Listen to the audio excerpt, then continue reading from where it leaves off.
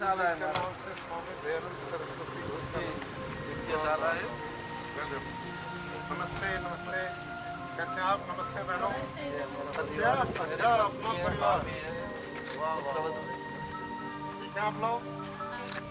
बहुत बहुत अर्धचंद्रा का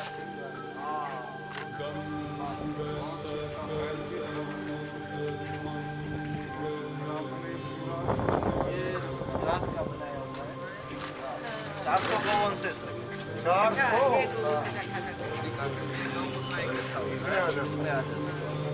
स्वामी विश्वकर्मा जी गया ना, वो गया विश्वकर्मा यही बनाया है। हाँ कर दी। अरे साहब जी भाई, वेरी गुड। ये संस्था का बांधकाम की नींव इसी में रखी है। पानी से कभी नहीं सूखेगा। अच्छा, तो सिर्फ गोबर उठाते हैं, थोड़ा गोबर रख देते हैं, बिल्कुल सीधा उसमें गया। हाँ बहुत कवली है।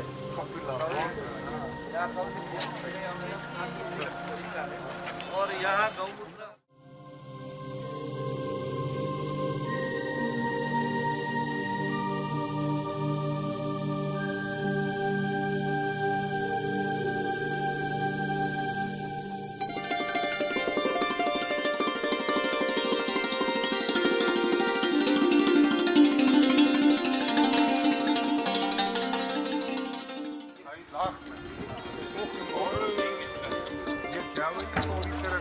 पहली बार देखा है।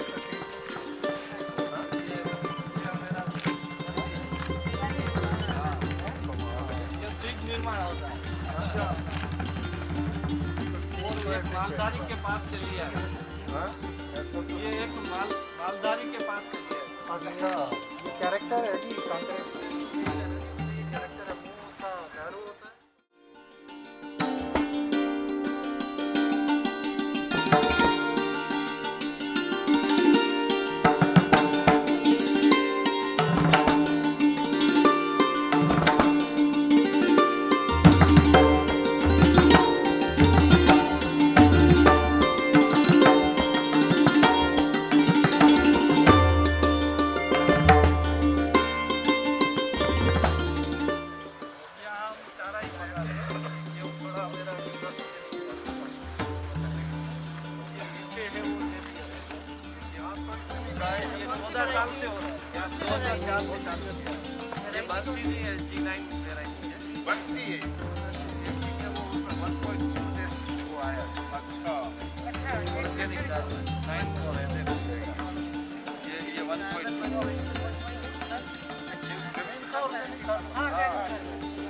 जरूरत नहीं, हमने एक बार गोबर की रबड़ी चलाई है और कुछ नहीं किया।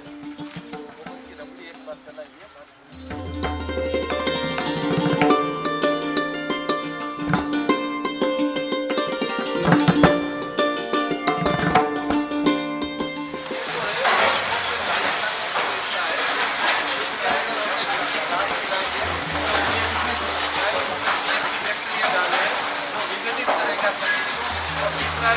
गोबर है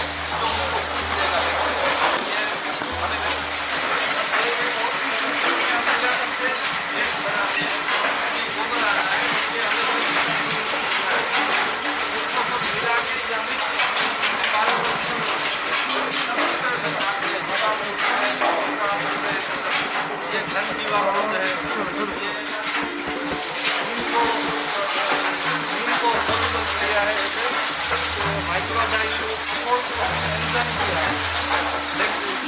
और उसकी ट्रेन भी आपको दिखाते हैं।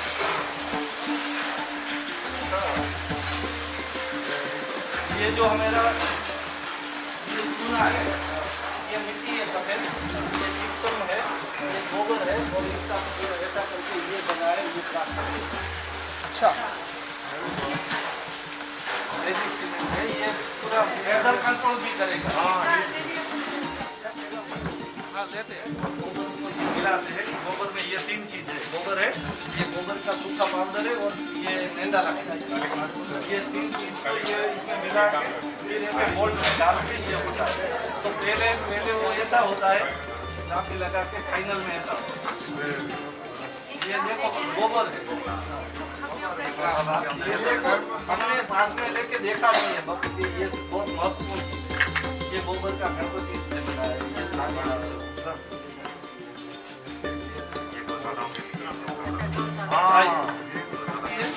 इसमें सब ये माता बहनें जो है हमारी ये सब काम करते हैं और ये इतनी प्रोडक्ट यहाँ बनती है।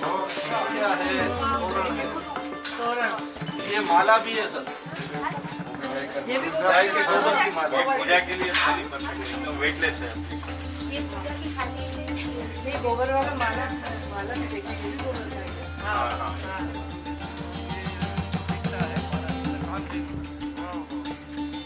एक बेल से चलता है, इसका वजन भी एकदम लाइट है।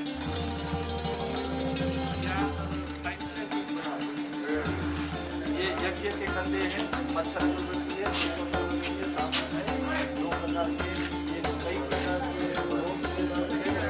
के लिए आते हैं, गणों है, ये सब छोटी सी मशीनरी में कोई भी व्यक्ति अपने गाँव में अपने मिलेगा। आपका लाइसेंस भी अभी नहीं करवा।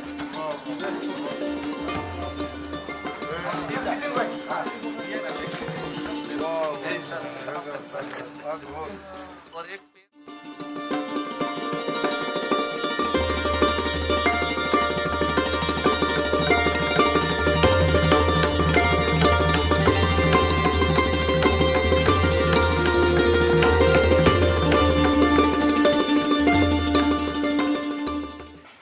ये हमारे सर शाकभाजी अपनी खेत की, ये सब हमारे ज्वार बाजरी जो है वो है, तेल है, फूल है, खाद घी, ये कॉस्मेटिक सब, ये सब खाद है हमारा। ये हमने इको टूरिज्म के लिए है, गोबर से बना है, पहले बनाए थे, ये थोड़ा लेटेस्ट। भैया जी भागैया जी अभी इसमें रह गए।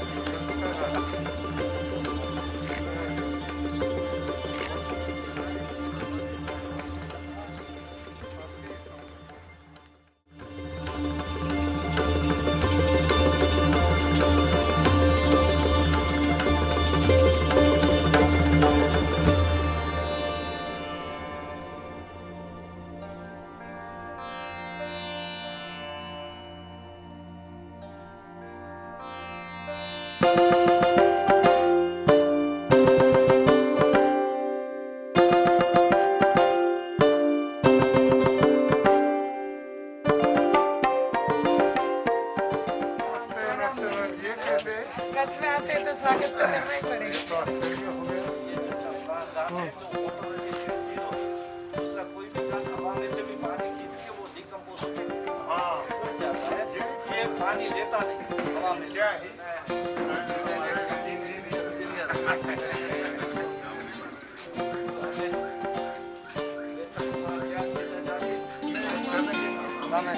धन्यवाद।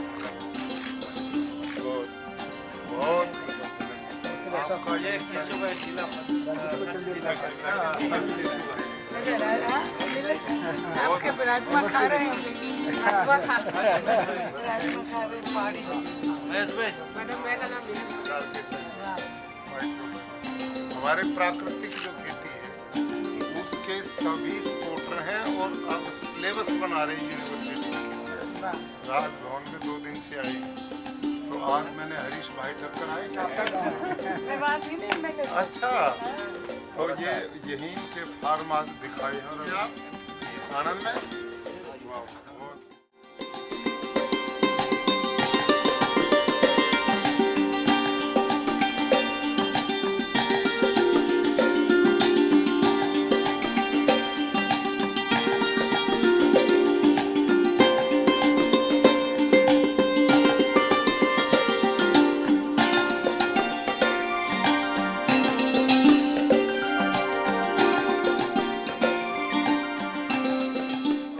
નમ્ર વિનંતી કરીશું.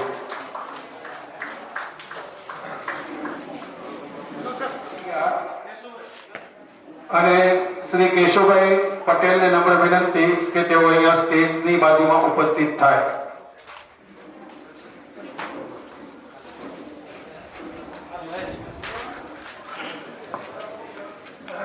માન્ય કેશવ ગુણવંત શાહના એક નાના કાવ્યથી કાર્યક્રમ ફરી બન્યો અને એને પવનના કાનમાં કહ્યું કે ક્યાંક મને બસંત આવ્યાનું વહેમ છે. આજે અહીંયા પણ કોઈક એવી બસંત ઉતરી આવી છે કે અહીંના દરેક ઝાડના ડાળીએ કોયલના ટવકાવ આપણને સંભળાય છે.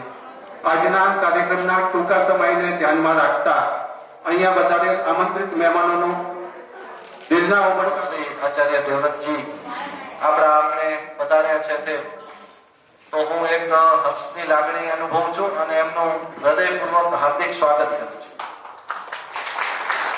એ જ રીતે આપણા આમંત્રણને માન આપી અને આપણા ગુજરાત સરકારના અધ્યક્ષ આદરણીય ડોક્ટર નીમાબેન તેમજ કિસાન સંઘના અધ્યક્ષ શ્રી શિવજીભાઈ, રાષ્ટ્રીય સ્વયંસેવક સંઘના પ્રાંતના સહકાર્યવાહ શ્રી મહેશભાઈ ઓઝા તેમજ ઉપસ્થિત રાજ્યપાલ શ્રી સાથે એક પ્રાકૃતિક ખેતીને લઈને કાર્ય કરતા સાયન્ટિસ્ટો, વૈજ્ઞાનિકો, ખેડૂતો જે હિમાચલ અને દિલ્હીથી પધાર્યા છે તો એમનું પણ હું આ સ્તરે હૃદયથી સ્વાગત કરું છું. અને આજે જ્યારે મહિમશ્રી આવ્યા છે અને આપણે એમનો પરિચય એટલો જ કહીએ કે પ્રાકૃતિક ખેતીના જીવ છે, જેના હૃદયની અંદર 24 કલાક પ્રાકૃતિક ખેતીનો ભાવ અને પ્રાકૃતિક ખેતીનો વિકાસ માટે કાર્યરત છે. ત્યારે અત્રે ઉપસ્થિત છે એવા અનેક સંસ્થાઓ છે કે જે પ્રાકૃતિક ખેતી ઉપર છેલ્લા 15-20 વર્ષથી કાર્ય કરે છે. રામકૃષ્ણ ટ્રસ્ટ પણ એમાંથી એક છે. એ જ રીતે અત્રે પધારેલા કેટલાય અહીંયા પ્રાકૃતિક ખેતી કરતા કચ્છના પણ ખેડૂતો છે. તો જે પધારેલા સૌ મહેમાનોને હું હાર્દિક સ્વાગત કરું છું. વધુ સમય ન લેતા હું એટલું જ કહીશ કે અહીંયા કેટલાક વ્યક્તિઓ એવા છે કે જે કઈ વર્ષોથી જુદું જુદું સારું કામ કરે છે.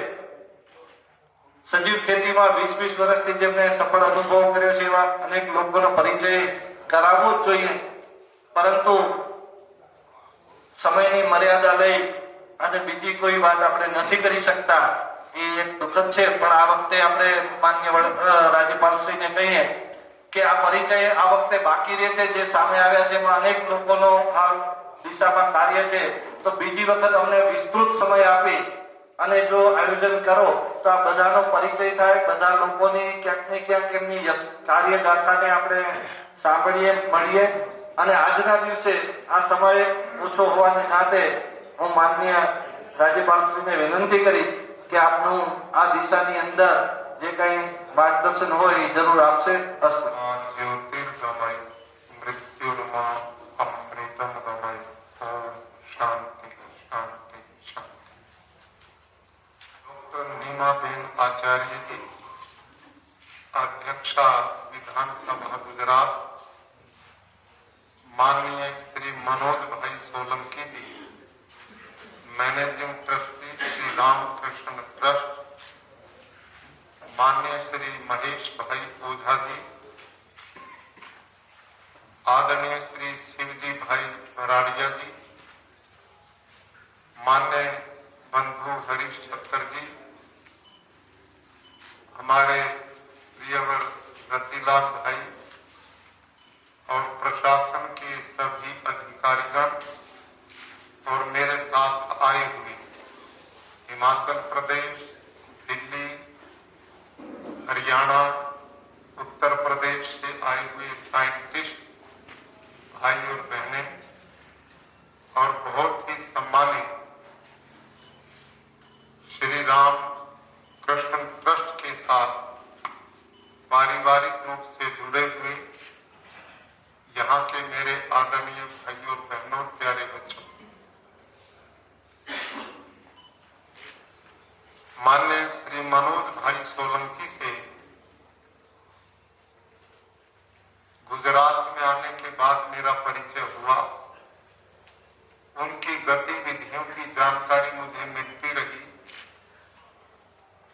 और अनेक बार उसमें आना भी हुआ, लेकिन कार्यक्रमों की व्यस्तता के कारण मैं आ नहीं पाया.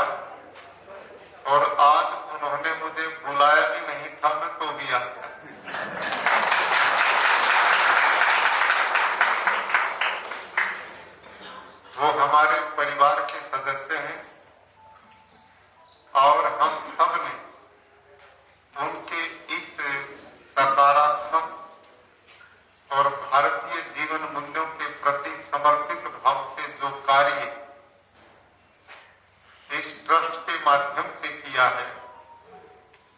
निस्संदेह भारत को नई ऊर्जा देने वाला काम। हम भौतिकवाद की चकाचौंध में आधुनिकता में इतने आगे बढ़ गए कि ना हमें अपनी वेशभूषा से प्रेम रहा, न खान पान से रहा, न अपनी धर्म परंपराओं से रहा, अपनी संस्कृति से रहा, और हम ना उधर के बन पाए ना अपने रह पाए, बीच में लटकते रहे। और यह स्थिति बड़ी दुर्भाग्य की होती है। भगवान कृष्ण गीता में लिखते हैं, संशय आत्मा विनश्यति। जो संशयात्मक दृष्टि होती है मध्य की, जो निर्णय ही नहीं ले पाते, तो उनकी आत्मा इतनी कमजोर हो जाती है कि फिर वो मानवता के कार्यों कर ही नहीं पाते। इतना मजबूत सोच है सोलंकी जी की कि उन्होंने भारतीय परंपरा की कांकरे गायों की इतनी सुंदर गौशाला है, खेती उनकी पूरी प्राकृतिक ढंग से होती, जहर मुक्त कृषि है, और उसी के साथ अनेक प्रकल्प जो एक प्राचीन भारत में गांव के होते थे। गांव का जो समृद्ध भाव था वो यही तो परंपरा थी। आपकी जानकारी के लिए, भारत का मध्यकाल का युग स्वर्णिम काल के रूप में जाना जाता है और भारत को सोने की चिड़िया कहा गया। अनेक नाम हुए, प्राचीन नाम तो हमारा आर्यवर्त देश था, ये ब्रह्म क्षेत्र था। भारत हुआ, हिंदुस्तान बना, अंग्रेजों ने इंडिया बना दिया, लेकिन एक बीच में नाम जो प्रचलित बाहर के लोगों में नहीं हुआ, भारत में प्रचलित हुआ, सोने की चिड़िया। और वो क्यों हुआ था? उसका आधार यही था जो सोलंकी जी ने यहाँ पर दिया हुआ। इस काल में प्यारे भाइयों बहनों, गांव अपने पैरों पे खड़े थे। गांव में लोहार लोहे का काम करता था, स्वर्णकार सोने का काम करता था, चरमकार जूते बनाने का काम करता था, जुलाहा वस्त्र बनाने का काम करता था, कुंभकार बर्तन बनाने का काम करता था, वैद्य औषधि का काम करता था, बाल काटने वाला नापित नाई का काम करता था, और किसान खेती करता था। अब जितनी भी जीवन की आवश्यकताएं एक मनुष्य की होती हैं, वो आपस में आदान प्रदान करके वस्तुओं का गांव में ही पूरा हो जाता था। शहर में आने के लिए जरूरत ही नहीं पड़ती थी। भारत के उस काल में शहर से गांव में केवल दो चीज जाती थी, एक नमक और एक लोहा। लेकिन लोहा का औजार गांव में ही बनता था, कच्चा लोहा और नमक। गांव का आदमी शहर में आकर दो चीज लेके जाता था, और बाकी सारी चीजें अपने गांव की पूरी होने के बाद वो शहर के जो व्यापारी लोग थे, वो बाकी का सामान सारा उन व्यापारियों को बेचते थे। ध्यान करो, निर्यात तो 90% हुआ और आयात 10% हुआ। और वो व्यापारी जो थे ना भारत के, उन पे बहुत उच्च स्तर के समुद्री जहाज होते थे।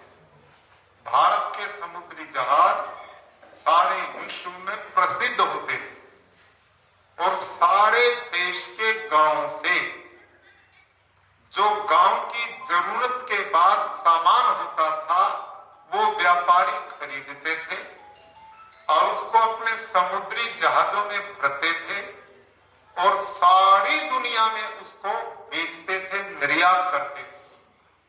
और उसके बदले में कागज के रुपए नहीं लेते थे, उसके बदले में वो सोना लेते थे, और सारी दुनिया का सोना इस देश में इकट्ठा हो गया था, इसलिए इसका नाम क्या था? बाप बोलो, आगे समझ में बात। तो ये बात काल्पनिक नहीं है, ये बिल्कुल यथार्थ और सत्य है। 1820 में जब अंग्रेज इस देश में राज करने के लिए आए, उस काल में उस समय की भारत की जीडीपी 35% थी, 35%। आज हम 8-9 में बड़े प्रसन्न होते हैं। इतना निर्यात था दुनिया में भारत का, और बदले में सोना आता था, और सोने की चिड़िया ये देश बना। लेकिन हमारी कुछ, जब आदमी बहुत अमीर हो जाता है, धनपति हो जाता, तो बीमारियां भी, बुराइयां भी साथ में लेकर के आता। और उसका परिणाम क्या हुआ? हमारे देश के राजे महाराजे कोई चक्रवर्ती राजा नहीं रहा, मांडलिक राज्य स्थापित हो गए, छोटी छोटी रियासतें बन गई, और वो भी नाच गाने भोग विलास में मस्त रहने लगे। ये धन की कमजोरी थी। इधर बौद्ध के काल के बाद कलिंग युद्ध में अशोक ने बौद्ध धर्म को स्वीकार कर लिया और कहा, एक थप्पड़ मारे तो दूसरा भी कर दो, इस पे भी मार दे, बराबर हो जाएगा। हम इतने कमजोर बन गए वैचारिक रूप से, और हमारी आपस के झगड़े, आपस का वैमनस्य, राजा एक दूसरे को नीचा दिखाने के लिए लड़ते रहते थे, और इसी कमजोरी का लाभ उठाकर विदेशी आक्रांताओं ने इस देश में प्रवेश किया। क्यों? क्योंकि यहाँ सोने की चिड़िया, यहाँ के मंदिर सोने चांदी से परिपूर्ण थे, धन धान्य से परिपूर्ण थे। अच्छा, ईमानदारी से बताओ, चोर वहीं तो जाएगा जहां कुछ मिलने की संभावना हो, या झोपड़े में रात बिताए?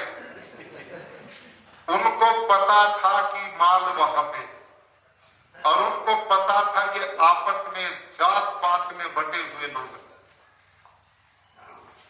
और आपस में ये इकट्ठे नहीं बैठने की स्थिति में है। वो कमजोरी का लाभ उठाकर इस देश में आए। हमारा पहले तो लूट करके ले गए, हून आए, मंगोल आए, यहूदी आए, पारसी आए, मुगल आए, और जब वो मुगल भी कमजोर पड़े हमारी तरह, तो अंग्रेजों ने उनके ऊपर आकर के उन पे भी राज स्थापित कर दिया। तो ये कमजोरियां हमारे भारत के बड़े भारी दुखदाई सिद्ध हुई। सौभाग्य है आज देश नई अंगड़ाई के साथ पुनः अपने पुराने कीर्तिमानों की स्थापना की ओर बढ़ रहा। ऐसे समय में जब भारत अपनी आजादी का अमृत महोत्सव मना रहा है और भारत के यशस्वी प्रधानमंत्री एक नए भारत के निर्माण के लिए, आत्मनिर्भर भारत के निर्माण की बात कह रहे हैं, तो भाइयों और बहनों, आत्मनिर्भर भारत आत्मनिर्भर कृषि से होगा, आत्मनिर्भर किसान से होगा, और आत्मनिर्भर अपने उद्योगों से, व्यापार से, कार्य कौशल से। तो यही वो पद्धति है।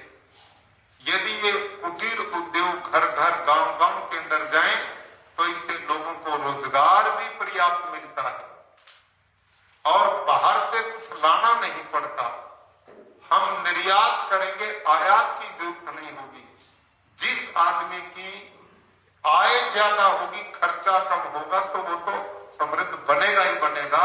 ये मॉडल भारत का रहा, और इस मॉडल को माननीय सोलंकी जी ने इस काल में आज के दिन भी जीवित रख करके लोगों की प्रेरणा का स्रोत बना है। मैं इनको बहुत बहुत इसके लिए बधाई देता हूं। और ये कच्छ की धरती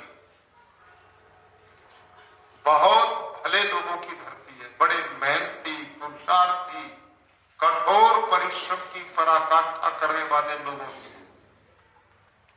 मैं बाद भाई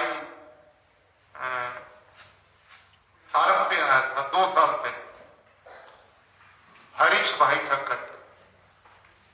तो मैंने देखा इतना मॉडर्न, इतना व्यवस्थित, इतना बढ़िया मेहनत के साथ उन्होंने फार्म डेवलप किया है, लेकिन उसमें पूरा प्रयोग अधिक से अधिक यूरिया, डीएपी, पेस्टिसाइड, इंसेक्टिसाइड, इतना प्रयोग आप कर रहे थे। मैंने उनसे प्रार्थना की, बंधु आप इसको बदलो। इन्होंने कहा कैसे बदले? आप बदलवाओगे मेरा उत्पादन घट जाएगा। किसान को तो पहले बहुत मेहनत से कमाना पड़ता है, लेकिन इनसे बातचीत हुई।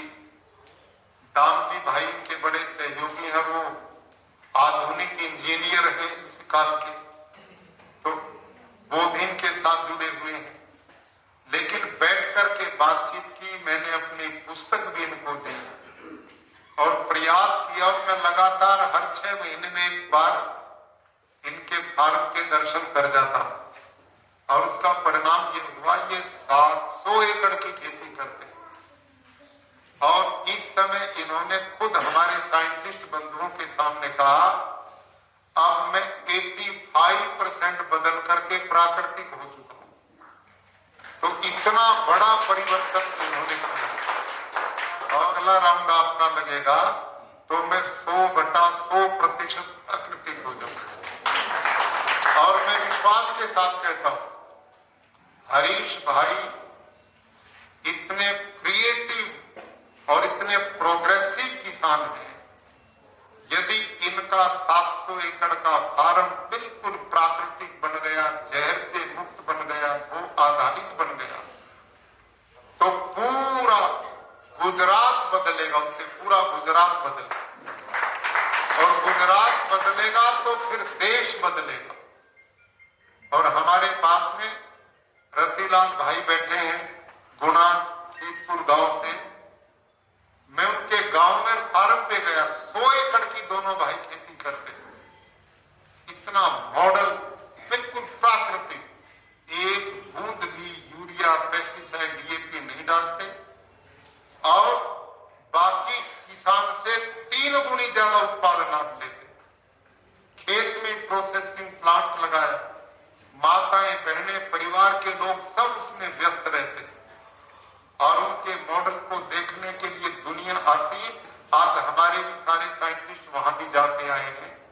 तो ये कच्छ के लोग इतनी गति से आगे बढ़ रहे हैं कि गुजरात इनके कारण बढ़ रहा है। और यदि ये इसी ढंग से बढ़ते रहे तो हम पूरे देश के लिए एक मॉडल बन पाएंगे। आदरणीय नीमाबेन आचार्य जी आज हमारे प्रदेश की अध्यक्षा विधानसभा, और इनके पूज्य पतिदेव जी एक देव पुरुष है। वो रेड क्रॉस लगाते हैं। हमारे प्रदेश का रेड क्रॉस पूरे भारतवर्ष में नंबर 1 है। इतनी सेवा पे काम करता है, इतना ब्लड इकट्ठा करता है। और आप जब भी मिलते हैं तो पूरे प्रदेश की, आपके कच्छ की इतनी चिंता करते हैं। नर्मदा का पानी इस क्षेत्र में पहुंचाने में आपका बहुत बड़ा योगदान, लगातार संघर्ष आप करते हैं। तो हर समय चरैवेति कार्यक्रम रहता है, सेवा भाव से परिपूर्ण है। तो आपका ये कच्छ का क्षेत्र समझो भारत की सांस्कृतिक मूल्यों से परिपूर्ण धरती है। यहाँ के लोग बहुत सौम्य, सरल और परिश्रमी। मैं विश्वास करता हूं कि इस प्रकार के मॉडल जैसे सोलंकी साहब ने बनाया, जिस प्रकार से रतिलाल भाई ने बनाया, हरीश भाई ठक्कर बना चुके ही हैं लगभग। इतना बड़ा काम इन्होंने अपने फार्म पे कर दिया है कि मैं स्वयं भी 200 एकड़ में अपने कुरुक्षेत्र में खेती करता हूं, प्राकृतिक करता हूं। मैं उसमें खूब लाभ लेता हूं, मेरे को कोई घाटा नहीं प्राकृतिक खेती में। लेकिन इनका फार्म मेरे से भी बहुत मॉडर्न था। हम तो सामान्य चीजों की खेती करते हैं, परंपरागत धान, गेहूं, सरसों, सब्जी, गन्ना, ये कर लिया। लेकिन ये तो विदेशों में भी निर्यात यहाँ से अपनी साग सब्जियों का करते हैं।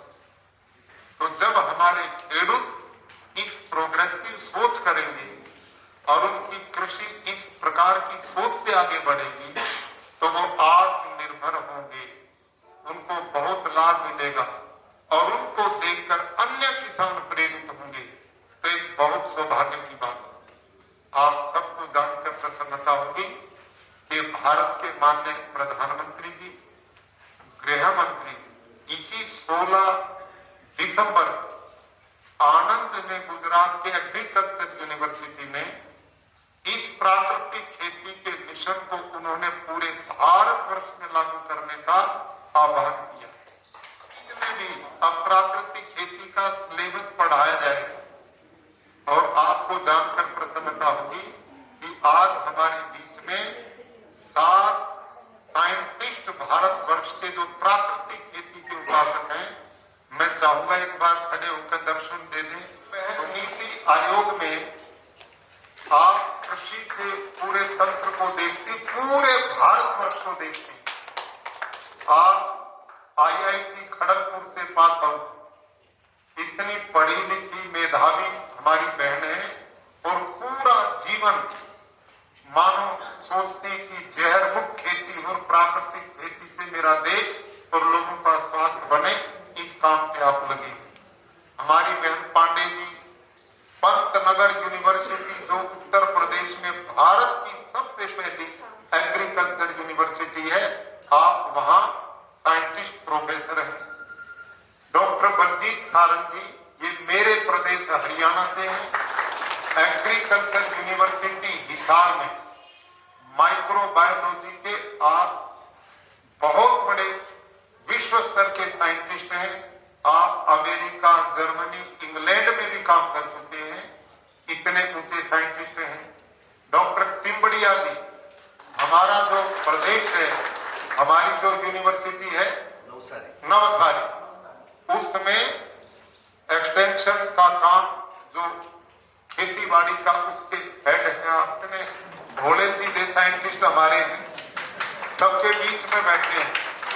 तो आप एग्रीकल्चर यूनिवर्सिटी नोनी है सोलन, हिमाचल प्रदेश में, और उनके साथ डॉक्टर सुभाष जी, आप भी वहीं से हैं, उसी यूनिवर्सिटी प्रोफेसर हैं। और सबसे पीछे आशीष गुप्ता जी, जिनकी पढ़ाई विदेशों में हुई और गांव में झोपड़ी बना करके रह के किसानों के लिए काम करते हैं। तो इस प्रकार सिलेबस का निर्माण कर रहे हैं जो हमारी यूनिवर्सिटियों में जहर मुक्त खेती की पढ़ाई शुरू होगी। इतना बड़ा सौभाग्य ये है। और पूरे देश में एक मिशन माननीय प्रधानमंत्री जी चलाना चाहते हैं। वे भारत के बड़े सुदिन हैं, लोग स्वस्थ होंगे। आज जहर वाला भोजन खा के सब, कोई कैंसर में दुखी है, किसी को डायबिटीज है, किसी का हार्ट अटैक है, किन्हीं की किडनी खत्म, किन्हीं का पैनक्रियाज खत्म, किन्हीं के चर्म, कोई रोगों की गिनती है। इतनी बीमारियां क्यों? क्योंकि जो खान पान हम खा पी रहे हैं, सब में यूरिया, DAP जहर पड़ रहा है, वही हमारे रोगों का कारण है। भगवान कृष्ण गीता में कहते हैं, आहार शुद्ध सत्व शुद्धि। आहार की शुद्धि से विचारों की शुद्धि होती है। इसलिए कहा जैसा अन्न वैसा मन। तो हमारा सारा भौतिक ढांचा जो है, यदि हमारा खान पान शुद्ध होगा, विचारों की पवित्रता होगी, हमारे संस्कारवान बच्चे होंगे, तो राष्ट्र का निर्माण स्वतः होगा। तो इस प्राकृतिक खेती के मिशन के कारण आज मैं आया था, सोलंकी जी से भी निवेदन किया कि आज आपके यहाँ भी दर्शन करने हम आएंगे, और उन्होंने आप लोगों को भी आमंत्रित करके मिलाने का सौभाग्य दिया। मैं इनका धन्यवाद करता हूँ और आप सबका आभारी हूँ कि आप सब आए और हमारी कुछ बातचीत रही। आप सबके सुमंगल भविष्य की कामना करते हुए मैं अपनी बात समाप्त करता हूँ।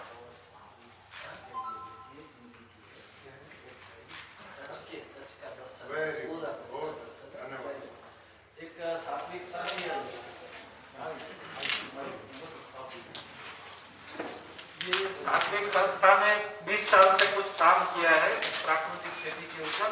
उसका एक पोस्टर बनाया है। यहाँ 20 सालों से हम सब मिलके सजीव समिति मंच के किसान मिलकर संस्था के साथ ये सस्य वेद करके जो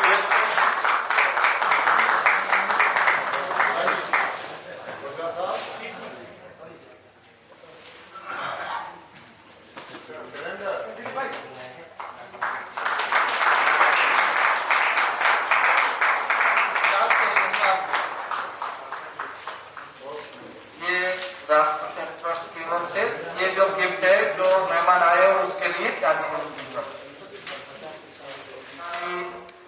अधिकारीगण भी यहाँ सब अपनी व्यस्तता के मुताबिक फिर भी यहाँ उपस्थित रहे, किसान भी रहे। तो आज का ये कार्यक्रम करते हुए हम सभी का यहाँ आभार व्यक्त करते हैं कि मेरे आमंत्रण को लेके सब आए। तो सभी का आभार, धन्यवाद।